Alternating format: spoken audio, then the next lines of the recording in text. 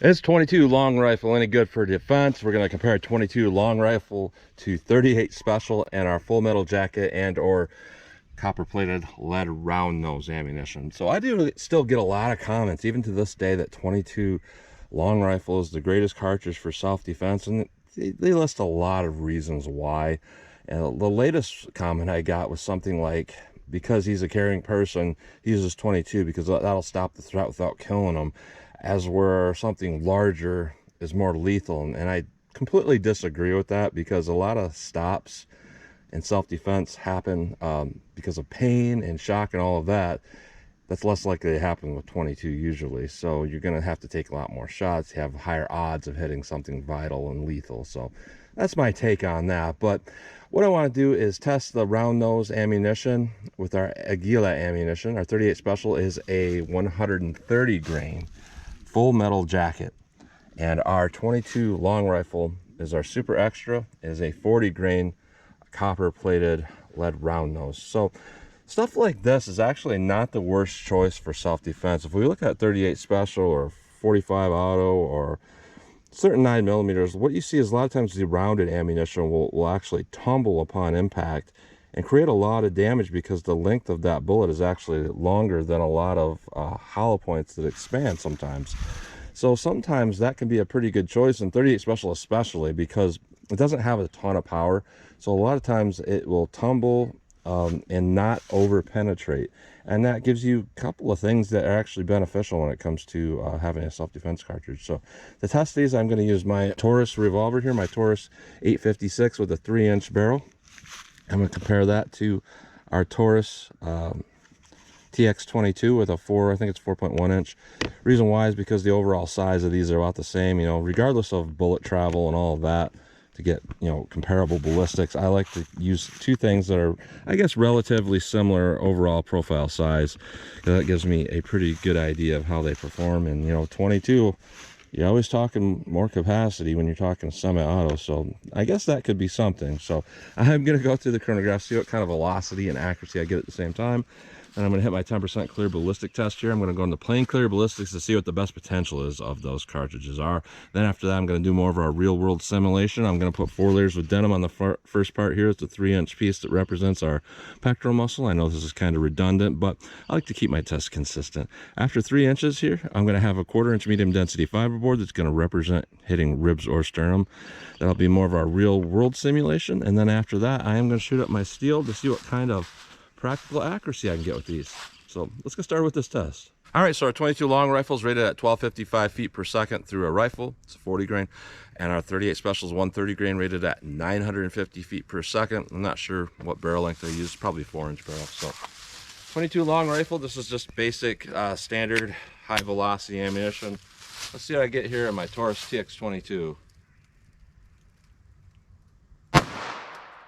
965. 964, 961, 945. Try to get another read here. 999. So relatively consistent, but that last one was kind of high. Now our 38 special 130 grain rated at 950 feet per second. Let's see what I get in my 3-inch Taurus 856. 800, 764, 761, 769, 792. Looks like the impact is quite a bit high and left from this revolver. So let's have our ballistics gel block and see how these compare. All right, plain clear ballistics, just our best potential. No denim, no bone simulation on the way. See how our 22 long rifle does. All right, let me hit that here with our 38 special. Let's go take a look.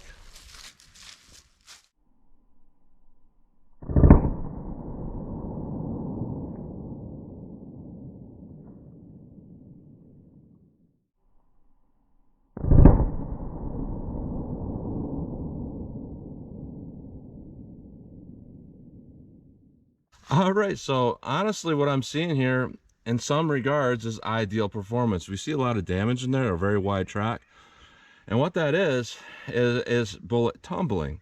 You know, that's sometimes you hear weird stories of like people in autopsies or in medical situations here where they're getting surgery and there'll be bullet impacts in someone's chest, and then the bullet comes out, you know, like by their waist, and people wonder why that is, and a lot of that is tumbling. Some cartridges tumble more than others, but what I'm seeing here is honestly a good tumbling, but we're not so powerful that it's going to significantly overpenetrate. So we're seeing tumbling with both of these. So I will show a close-up of these bullets without actually measuring the diameter and showing photos like I normally do, because I want to measure the lengthwise and kind of show, you know, that's kind of the damage path they're creating. So our 22 long rifle, for what it is, isn't bad. We had a penetration of 13 inches. Camera parallax sometimes makes this look like I'm not lining my finger up correctly. This is in the back of the block and it's a widescreen camera, but 13 inches, which is acceptable. Now our 38 Special, the actual overall penetration is about 19 3/4 inches of penetration, which clear ballistics is a little less dense than organic gel, where we have that 12 to 18 inch mark. So I'm going to say that's completely acceptable. So I would say pretty good performance overall. So let's put on our Denim, put on our MDF, see how they compare that way. All right, we have our Denim and our rib simulation here. 22 long rifle. Let's see what this does. All right. Let me hit that with the 38 Special once I put some more ammo in this thing.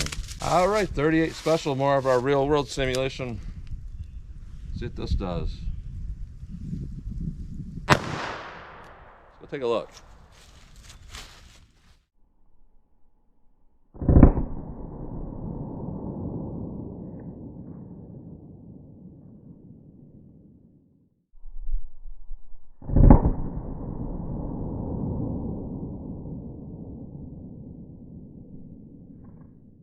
All right, so we got some pretty good performance there, I would say. You know, our 22 long rifle, what happened was it flattened the nose a little bit, and that's not necessarily a bad thing because we're not working with a ton of energy with our 22 long rifle, so it flattening the nose actually makes it penetrate a little deeper usually. But what we got here is a penetration of about 11 inches. That's a little bit shallow, but you know, that 12-inch minimum is really taking into account, you know, making an arm shot through the side. A front on shot with something like that, you know, hitting about 11 inches, that's 5.5 inches typically in a human body. That's plenty of penetration on a front shot or central nervous system shot. So let's take a look at this MDF here, and we're not really seeing anything from it. You know, we're entering forward. That's actually good because sometimes rounds are not powerful enough with 22 and they'll start tumbling before they hit this. So the fact that it's going straight, you know, we've got adequate penetration. Our 38 Special doesn't look particularly impressive. Now we have a actual full metal jacket, so our nose deforms less. So, you know, it looks like that MDF also caused this to not tumble quite as much either. But we got perfectly adequate penetration of 16 inches. So honestly, for what we're working with, what we're looking at, that's not bad performance, to be honest here.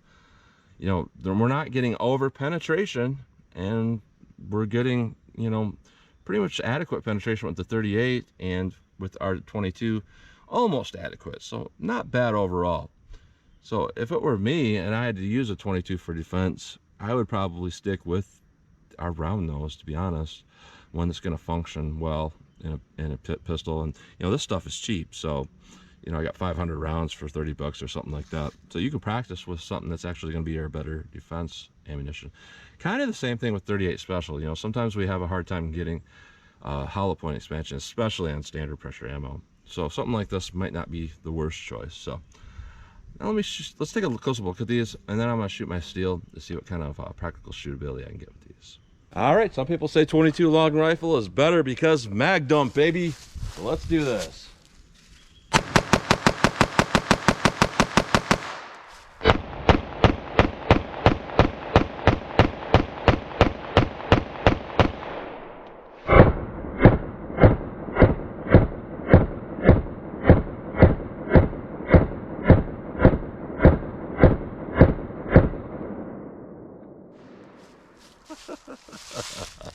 We're all at about 9 to 12.5 inches of penetration. Most of them are about 10.5 inches of penetration. Let's take a look at these. Here's some of them are. They all look basically like that. Let's look at our main ballistic test. All right, the one's going through the plain gel. Here's our 38 special poking out the back here. Here's our 22 long rifle. Not a whole lot of difference here. No change to the 22, except just barely a little bit of nose deformation. 38 special, we can tell from the base there. That's a full metal jacket, not a total metal jacket. So very hard copper coating there. And we looked at through our MDF, a lot of nose deformation with our 22 long rifle. Slight amount of nose deformation with our 38 special as well. So now if we look at these, you're going to say, well, that's not much damage going on here. You know, you're only at 22 if we were to measure these, and only at 357 or so if we were to measure these. It's a little bit smaller because it went through that rifling, but yeah, about 357. But the thing is, they tumbled. So they tumbled, they went this way. So what we're looking at here is almost 45 caliber of a hole being ripped through when that tumbles. We look at our 38 here. That's every bit as big as an expanded hollow point. 5.76. Now this is going to be a little bit smaller here. 22 long rifle, still over 40 caliber with our MDF. And a little bit of nose flattening here with our 38 special. Still just about as big.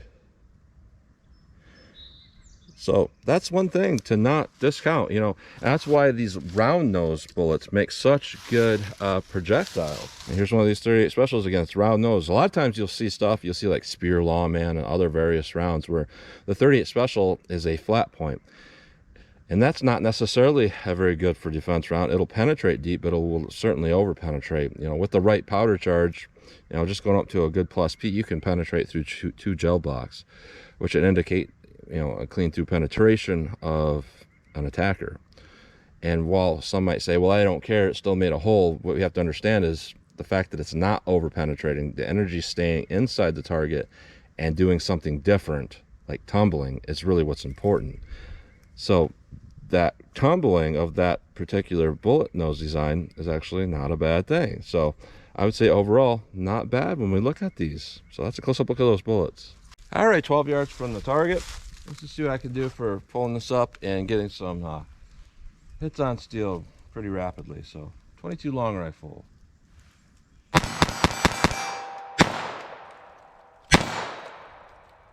All right. I'd say overall that shoots pretty good. 38 special. Let's see how this compares.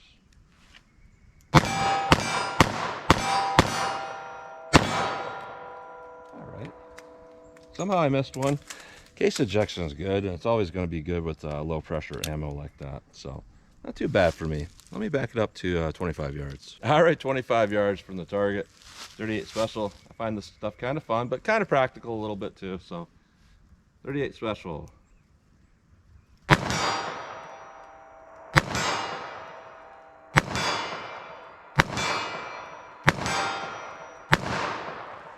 Hold that last shot somehow. 22 long rifle, let's see how this does for me.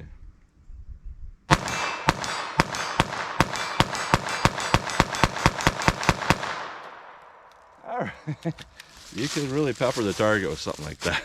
Let me back it up to my favorite distance now, 40 yards. All right, so 40 yards from the target. This is mostly for fun, but it's also practical. Most of you have probably heard of the Eli Dickens situation, 40 yards. So I enjoy shooting from 40 yards because, you know, it's practical. There's potentially a need for that distance. So let's see what I can get with our 38 special.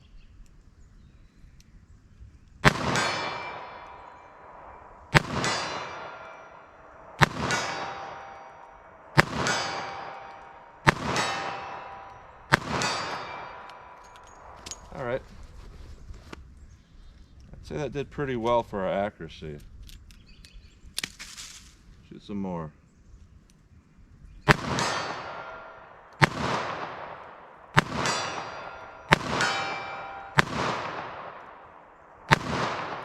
Oh, I started pulling it to the left, and you know this gun does shoot to the left. So let's see what I get here. 22 long rifle.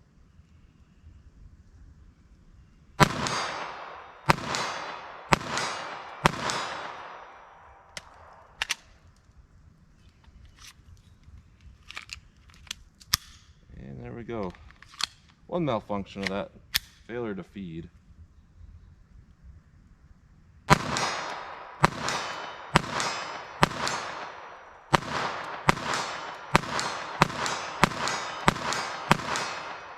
All right, so overall, pretty accurate. Now, really just for fun, 75 yards. That's my furthest distance that I have on my range here, typically. So let me shoot from 75 yards just for fun. See what I get.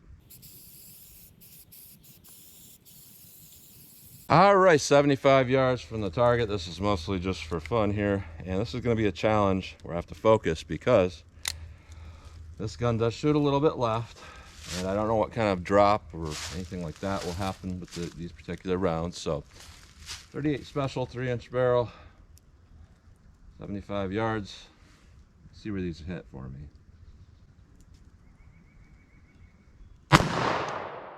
Yep, they're definitely hitting to the left.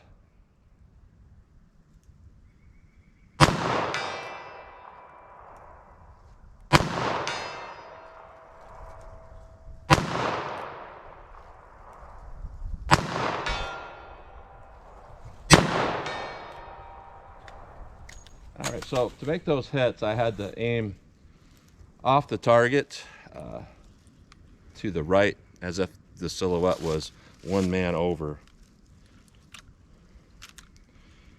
So I'm reloading with the speed strip here. Normally don't do that, but it's good to have for on the range. It's our Zeta 6 K-Pack. Let's keep going with this.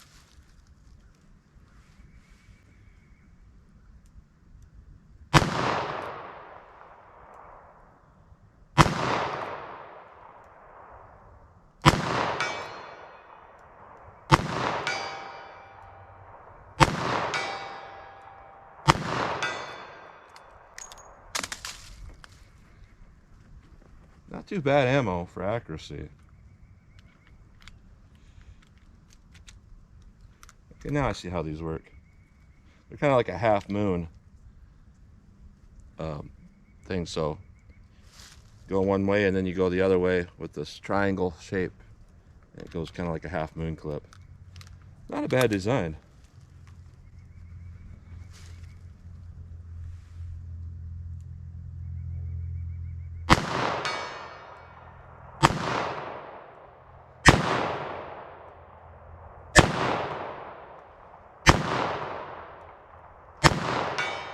So I didn't do so good on those last rounds there.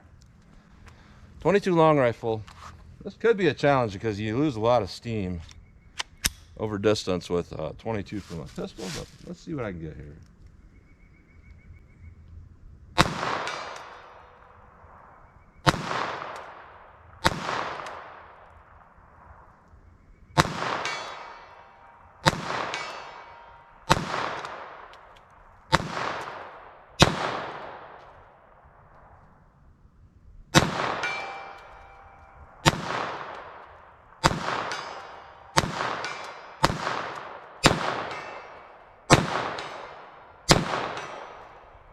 So I'm not exactly sure where they're hitting because it's so far away, but that last string there where I hit several in a row, I was aiming at the head on that silhouette.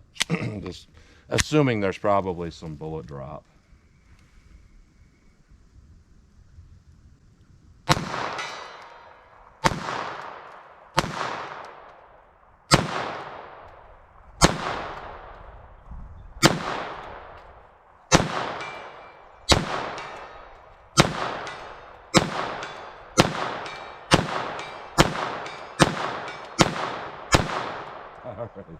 So I think also they were hitting just a little bit to the right for me. So I was aiming just a hair left.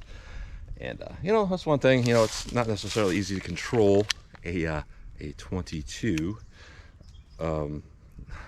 where it goes at distance.